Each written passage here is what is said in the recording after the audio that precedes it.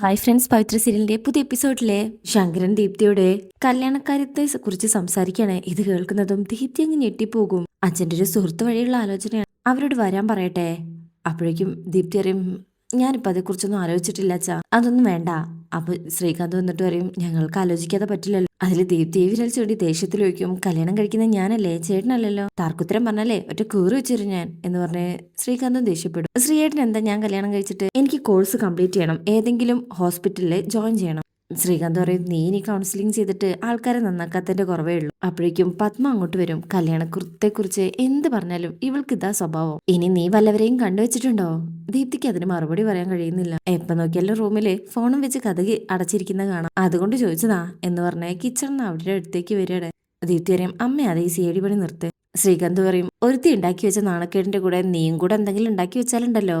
അപ്പോഴേക്ക് ശങ്കരൻ പറയും, ഏയ് അവൾ അങ്ങനെയുള്ള കുരുത്തക്കേടൊന്നും കാണിക്കില്ല അല്ലേ മോളെ എന്ന് നോക്കിയപ്പോഴും ദീപ്തി മറുപടി പറയുന്നില്ല. ഏതായാലും അവരൊന്ന് വന്ന് കണ്ടിട്ട് പോയിക്കോട്ടെ, നിനക്ക് താല്പര്യമില്ലെങ്കിൽ നടത്തണ്ട. എന്താ?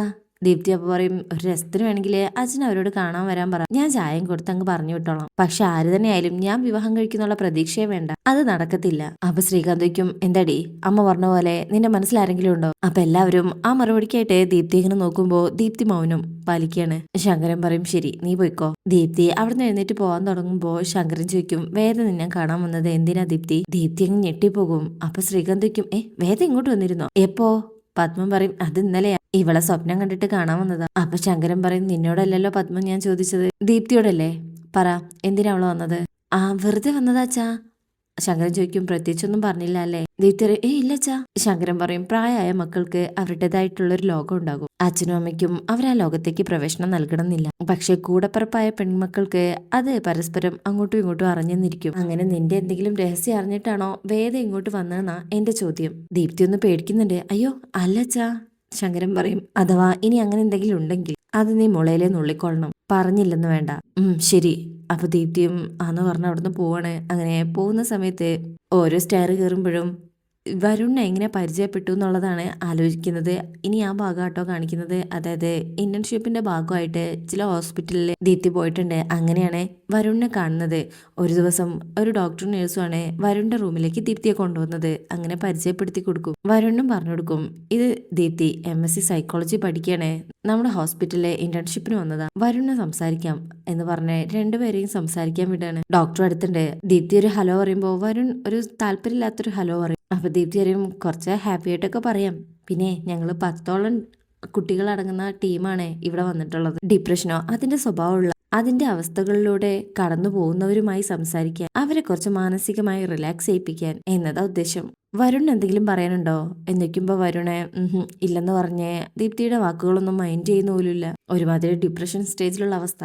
അപ്പൊ ഡോക്ടർ പറയും, ഇപ്പൊ കുറച്ച് ദിവസമായിട്ട് ഇങ്ങനെ ഒന്നും സംസാരിക്കാറില്ല, ഇവിടുത്തെ സൈക്കോളജിസ്റ്റ് സംസാരിക്കുന്നുണ്ട്, സ്റ്റഡിയുടെ ഭാഗമായിട്ട് കുട്ടിയെ ഞാൻ പരിചയപ്പെടുത്തിയേ ഉള്ളൂ, താൻ വാ എന്ന് പറഞ്ഞ് അവര് പുറത്തേക്ക് പോവാണ്.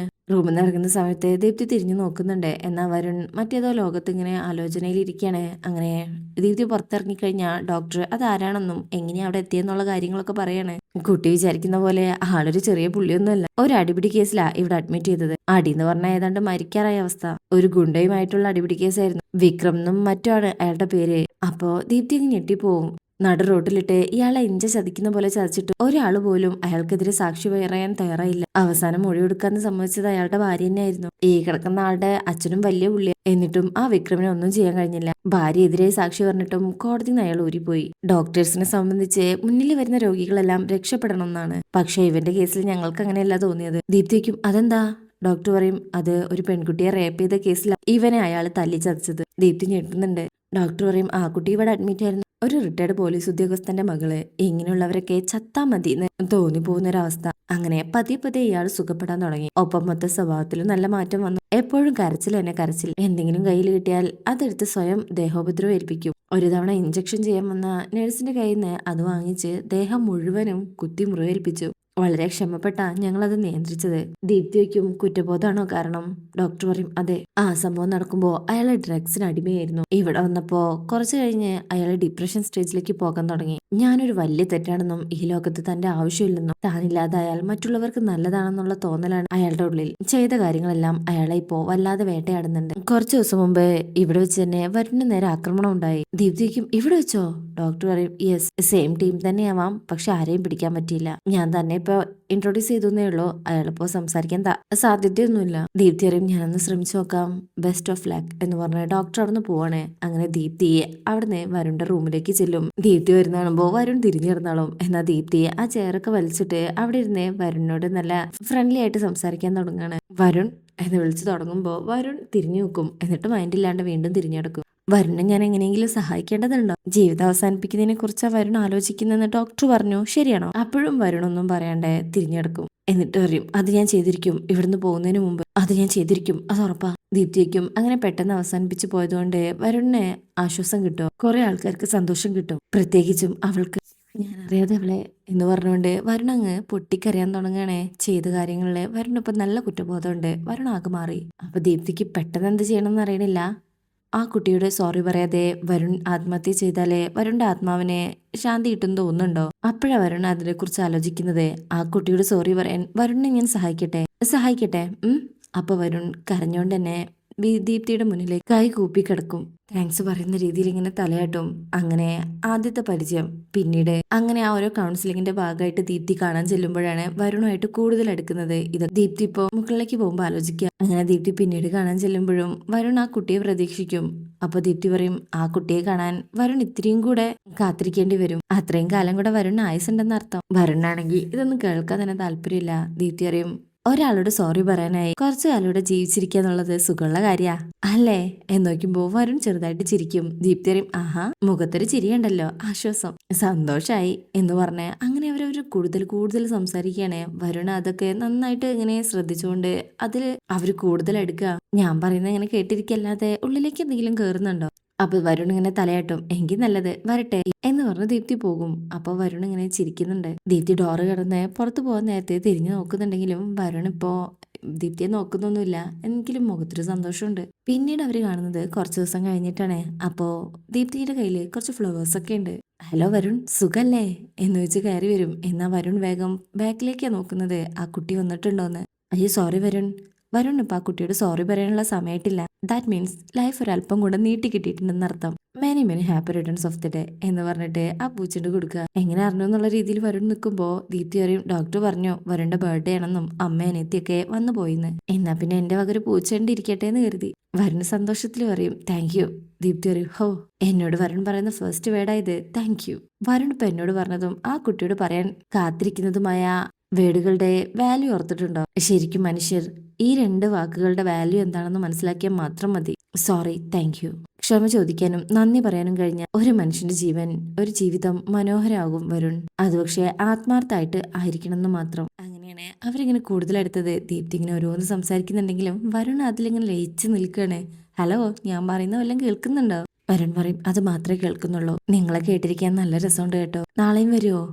ദീപ്തി പറയും എന്ന് വെച്ചാൽ ജീവിച്ചിരിക്കാൻ വരുണിന് ഇപ്പൊ ഒരു കാരണം ഉണ്ടെന്നല്ലേ? തീർച്ചയായിട്ടും വരും. അത് കേൾക്കുമ്പോൾ വരുണും സന്തോഷവും. അങ്ങനെ ദീപ്തി ഇപ്പൊ ആലോചിക്കുകയാണ് ആ കാര്യങ്ങളെല്ലാം. അങ്ങനെ അതിപ്പോ വീട്ടിൽ പറയാൻ പറ്റാത്ത അവസ്ഥയിൽ നിൽക്കണേ. ശേഷം പിന്നീട് കാണിക്കുന്നത് ശ്രീജ രാത്രി കണക്കുകളൊക്കെ പരിശോധിക്കണേ. വിഷം വന്നിട്ട് അറിയും ആഹാ, വലിയ ബിസിനസ്സുകാരി ആയല്ലോ. ഇതൊക്കെ എന്നും ഇങ്ങനെ നോക്കിക്കഴിഞ്ഞാൽ എപ്പോഴാ കിടക്കുക? ശ്രീജ പറയും ഓരോ ദിവസത്തെ കണക്കും നോക്കി വെക്കണ്ടേ, എവിടെയാ കൂടുന്നത് കുറയുന്നതൊക്കെ നമ്മൾ അറിയണം. പതിയെ വിശ്വേട്ടൻ ഇപ്പൊ കൊണ്ടുവന്ന വണ്ടി മാറ്റിയിട്ട് ഒരു ഓട്ടോ വാങ്ങിക്കാം. അതാകുമ്പോ കുറച്ചുകൂടെ സാധനങ്ങൾ കൊണ്ടുപോകാൻ പറ്റുമല്ലോ. ഇങ്ങനെ ഓരോന്ന് പറയുമ്പോ വിശ്വത്തിനും സന്തോഷാവുന്നുണ്ട്. എല്ലാത്തിനും നന്ദി പറയേണ്ടത് വേദയോടാണ്. അപ്പൊ ശ്രീജ പറയും അതെ, കുന്നോളം ആഗ്രഹിച്ചാലേ കുന്നിക്കുരുവോളം നേടാൻ പറ്റൂ. അതെ, എല്ലാം വേദയുടെ നല്ല മനസ്സ്. അപ്പൊ ശ്രീജ പറയും ഇന്ന് വേദ എന്നോട് ഒരുപാട് സങ്കടം പറഞ്ഞു. ദീപ്തിയുടെ കാര്യമാണോ? ശ്രീജ പറയും അതെ. ആ പയ്യൻ ആരാണെന്ന് അറിയോ? നമുക്കറിയുന്ന ആരെങ്കിലും ആണോ? വിക്രം അന്ന് തല്ലുണ്ടാക്കിയില്ലേ, ആ വാസവന്റെ മകൻ. അത് കേൾക്കുന്ന വിശ്വം ഞെട്ടും. അവനോ? അവളെങ്ങനെ അവന്റെ കയ്യിൽ പെട്ടോ? അതറിയില്ല. അതറിഞ്ഞപ്പോ മുതലേ വേദ ഭയങ്കര സങ്കടത്തില. അല്ല ശ്രീജയെ, അവൻ മനഃപൂർവ്വം അവളെ വശത്താക്കിയതാണോ? അറിയില്ല. അതാ വേദയുടെ പേടി, അതാ വേദയുടെ സംശയം. അങ്ങനെയാണെങ്കിൽ അത് അപകടമാണല്ലോ. വിക്രം ഇതറിഞ്ഞോ? ശ്രീജറി വാസുവിന്റെ മകനാണെന്ന് അവനാ വേദയോട് പറഞ്ഞത്. ആ, അവൻ മലയ്ക്ക് മാലയിട്ടത് നന്നായി, ഇല്ലെങ്കിൽ മറ്റൊരു കുഴപ്പമായനെ. ശ്രീജറി മലയ്ക്ക് പോയാലും അവൻ ഇങ്ങോട്ട് തന്നെയല്ലേ തിരികെ വരിക. അതിനു മുമ്പ് എന്തെങ്കിലും ഒരു തീരുമാനത്തിൽ എത്തുന്നതാ നല്ലത്. തീരുമാനിക്കുന്നത് ആ കുട്ടിയല്ലേ. ശ്രീജ പറയും, നമുക്കൊന്ന് ആ കുട്ടിയെ പോയി കണ്ട് സംസാരിച്ചാലോ? ഇനി നമ്മളായിട്ട് ഒന്നും ചെയ്തില്ലെന്ന് വേണ്ട, നമ്മളെ കൊണ്ട് പറ്റുന്നത് നമുക്കും ചെയ്യാലോ. ഒരു ആശ്വാസം. എവിടെ വെച്ചപ്പോ കാണുക? ആ കുട്ടി പഠിക്കുന്ന കോളേജിന്റെ അടുത്ത ബസ് സ്റ്റോപ്പ് എനിക്കറിയാം, നമുക്ക് അവിടെ പോകാം. അങ്ങനെ അവർ ദീപ്തിയെ കാണാൻ പോകാൻ തയ്യാറാവാട്ടോ. അങ്ങനെ അവിടുന്ന് കട്ട് ചെയ്തിട്ട് പിന്നീട് കാണിക്കുന്നത് രാത്രിയിലെ വിക്രം റൂമിൽ ഇങ്ങനെ കിടക്കുമ്പോ വേദ വെള്ളം കൊണ്ടുവന്ന് വെക്കുക. ഞാൻ ഇയാളെ കാത്തിരിക്കായിരുന്നോ? വേദയ്ക്കും ഒന്ന് കണ്ട് ഗുഡ് നൈറ്റ് പറഞ്ഞില്ലെങ്കിൽ ഉറക്കം വല്ലാന്നുണ്ടോ? മോലിട്ട് പോയി, ഇല്ലെങ്കിൽ മറുപടി ഞാൻ തന്നേനെ. വേദ പറയും, അതാണല്ലോ എന്റെ ധൈര്യം. ഇനി നിങ്ങൾ പറഞ്ഞോളി, എന്തിനാ കാത്തിരുന്നത് എന്ന് വെച്ച് വേദ അവിടെ ഇരിക്കുക. വിക്രം പറയും, പറയേണ്ടത് നീയാണല്ലോ, നീയല്ലേ ഇന്ന് വീട്ടിൽ പോയത്? എന്താ അവള് പറഞ്ഞത്? വേദ പറയും, അവള് സ്ട്രോങ് സ്റ്റാൻഡിലാ, മാറുന്ന എനിക്ക് തോന്നുന്നില്ല. അവൻ മനഃപൂർവ്വം ഒരുക്കുന്ന ട്രാപ്പാണെന്ന് പറഞ്ഞില്ലേ? വേദ അറിയും, എല്ലാം പറഞ്ഞു. പക്ഷെ അവളതൊന്നും കേൾക്കാൻ പോലും കൂട്ടാക്കുന്നില്ല. ഇനി അവൻ ചതിക്കാണെങ്കിൽ പോലും നമ്മൾ ഇടപെടണ്ട, അവള് സഹിച്ചോളാന്ന്. ഇത്രമാത്രം സ്വാധീനിക്കാൻ അവൻ എന്താ അവളോട് ചെയ്തതെന്ന് എനിക്ക് മനസ്സിലാവാത്തത്. വിക്രം പറയും, പലതരത്തിൽ പ്രണയത്തിൽ വീഴുന്ന കുട്ടികളെ കണ്ടിട്ടുണ്ട്. സെന്റിമെന്റ്സ് കൊണ്ട്, സഹതാപം കൊണ്ട്, ആരാധന കൊണ്ട്. ഇത് എങ്ങനെയാണെന്നാ? അവൻ എങ്ങനെയുള്ളവനാണെന്ന് അവൾക്കറിയില്ലേ? വേദ പറയും, അവൾക്കെല്ലാം അറിയാം. വരുണിനെ കുറിച്ച് ഇനി നമ്മളായിട്ടൊന്നും പറഞ്ഞു കൊടുക്കണ്ടെന്ന് അവള് പറഞ്ഞത്. അവളതൊന്നും മാറ്റാൻ കഴിഞ്ഞില്ലെങ്കിൽ വരുൺ പിന്മാറണം. അങ്ങനെയാണെങ്കിലോ? വേദിക്കും വിക്രം എന്താ ഉദ്ദേശിച്ചത്? വരുണ ബന്ധത്തിന് ഏകപക്ഷീയമായി ഒഴിഞ്ഞു മാറണം. നാളെ മുതൽ അവൻ ഒരിക്കലും അവളെ കാണരുത്. എന്താ? വേദയ്ക്കും എങ്ങനെ? ഗുണ്ടായിസം കൊണ്ടോ? വിക്രം പറയും, അയ്യോ ഞാൻ അതിനൊന്നുമില്ലേ. പ്രത്യേകിച്ച് മാലയിട്ട് കഴിഞ്ഞാൽ അങ്ങനെയൊന്നും ചെയ്യാൻ പാടില്ലെന്നേ എനിക്കറിയാലോ. പകരം മറ്റൊരാൾ ഇടപെടും. വേദ പറയും, ശ്രീകാര്യം ശ്രീനിവാസനായിരിക്കും. എന്താ സാർ ഇടപെട്ടാൽ നടക്കില്ലെന്നുള്ള വിചാരമുണ്ടോ? നീ വിചാരിക്കുന്നത് പോലെ ഭീഷണിപ്പെടുത്തിയിട്ടോ ഗുണ്ടാപ്രയോഗം നടത്തിയിട്ടോ അല്ല. ദീപ്തിയുമായി അവൻ കടുത്ത പ്രണയത്തിലാണെങ്കിൽ അതുകൊണ്ടൊന്നും അവൻ പിന്മാറില്ല. മാത്രമല്ല, അതെല്ലാം പ്രേമത്തിന്റെ ശക്തിയെ കൂട്ടത്തേ ഉള്ളൂ. വേദയ്ക്കും പിന്നെ അതിന് വേറെയും മാർഗങ്ങളുണ്ട്, നീ ഒന്നും അറിയണ്ട. പക്ഷേ ശ്രീനിസാറിനെതിരെ കൊടുത്തിരിക്കുന്ന കേസിൽ നിന്നും നീ പിന്മാറണം. നാട്ടിൽ വേറെയും വക്കീലന്മാരുണ്ടല്ലോ. ശ്രീധരൻ തേരാട്ടിലിനോട് വേറെ ഏതെങ്കിലും വക്കീലിനെ സമീപിക്കാൻ പറ. അല്ലെങ്കിൽ നിന്റെ സീനിയർ വക്കീൽ ചക്രവാണി വേണമെങ്കിൽ നേരിട്ട് ഹാജരായിക്കോട്ടെ. ഞങ്ങളുടെ ഓഫീസിലെ ഏത് കേസിലെ ആര് വാദിക്കണമെന്ന് സാറാ തീരുമാനിക്കുന്നത്. ഇത് സാർ എനിക്ക് നേരിട്ട് തന്ന കേസാ, ഇത് ഞാൻ വാദിക്കും. അത് വേണ്ടെന്നല്ലേ ഞാൻ പറഞ്ഞത് എന്ന് പറഞ്ഞ് വിക്രം ഉടനെ എഴുന്നേൽക്കും. അത് പറയാൻ ആർക്കും അവകാശമില്ലെന്നേ, അത് എന്റെ തീരുമാനമല്ലേ. അതിനുവേണ്ടി എന്റെ അനുജത്തിയെ വെച്ച് ആരും വിലപേശം വരണ്ട. അവളുടെ കാര്യത്തിൽ നിങ്ങൾ ആരും ഇടപെടുകയും വേണ്ട. വിക്രം പറയും, നീ എന്റെ ഭാര്യ ആയതുകൊണ്ടാ അത് വേണ്ടെന്ന് ഞാൻ പറയുന്നത്. വേദ പറയും, ഓഹോ വിക്രം സ്വാമിക്ക് ഇപ്പാ തോന്നലൊക്കെ ഉണ്ടോ? വിക്രമിന് ഒന്നും പറയാൻ പറ്റുന്നില്ല. വേദ പറയും, ആ പദവിക്ക് നിങ്ങൾ അത്രമാത്രം വില കൽപ്പിക്കുന്നുണ്ടെങ്കിൽ ഞാൻ പറഞ്ഞത് ആദ്യം ചെയ്യണം. ശ്രീകാര്യം ശ്രീനിവാസനുമായിട്ടുള്ള ബന്ധം ആദ്യം അവസാനിപ്പിക്കേ. അപ്പൊ വിക്രമും വീണ്ടും ദേഷ്യം വരികയാണേ. മുഖം അങ്ങത്ത് ഇരിക്കുന്നിടത്താണ് ഈ ഭാഗം കഴിയുന്നത്. നെക്സ്റ്റ് പ്രമോ വന്നിട്ടുണ്ട്. അതിൽ കാണിക്കുന്നത് വിക്രമും വേദയും കൂടെ വരുണിന്റെ വീട്ടിൽ നിന്ന് വരുണിന്റെ അമ്മയുടെ കാര്യം പറയും. അമ്മയുടെ കയ്യിൽ നിന്ന് വരുണിന് അടി കിട്ടുന്നുണ്ടെങ്കിലും വരുൺ അമ്മയെ ചേർത്ത് പിടിക്കണേ. എന്നിട്ട് സംഭവിച്ച കാര്യം വരുണും പറയും. വരുണിന്റെ ഈ മാറ്റം വേദയെയും ഞെട്ടിക്കുന്നുണ്ട്. അങ്ങനെയുള്ള നല്ല നല്ല ഭാഗങ്ങളും കുറച്ച് പ്രശ്നങ്ങളൊക്കെയാണ് ഇനി വരാൻ പോകുന്നത്. അപ്പോൾ ആ ഭാഗത്തിനായിട്ട് കാത്തിരിക്കാം. ചാനൽ ഇഷ്ടമായിട്ടുണ്ടെങ്കിൽ, റിവ്യൂ ഇഷ്ടപ്പെടുന്നുണ്ടെങ്കിൽ ലൈക്ക് ചെയ്യുക, സബ്സ്ക്രൈബ് ചെയ്യുക, സപ്പോർട്ട് ചെയ്യുക. താങ്ക്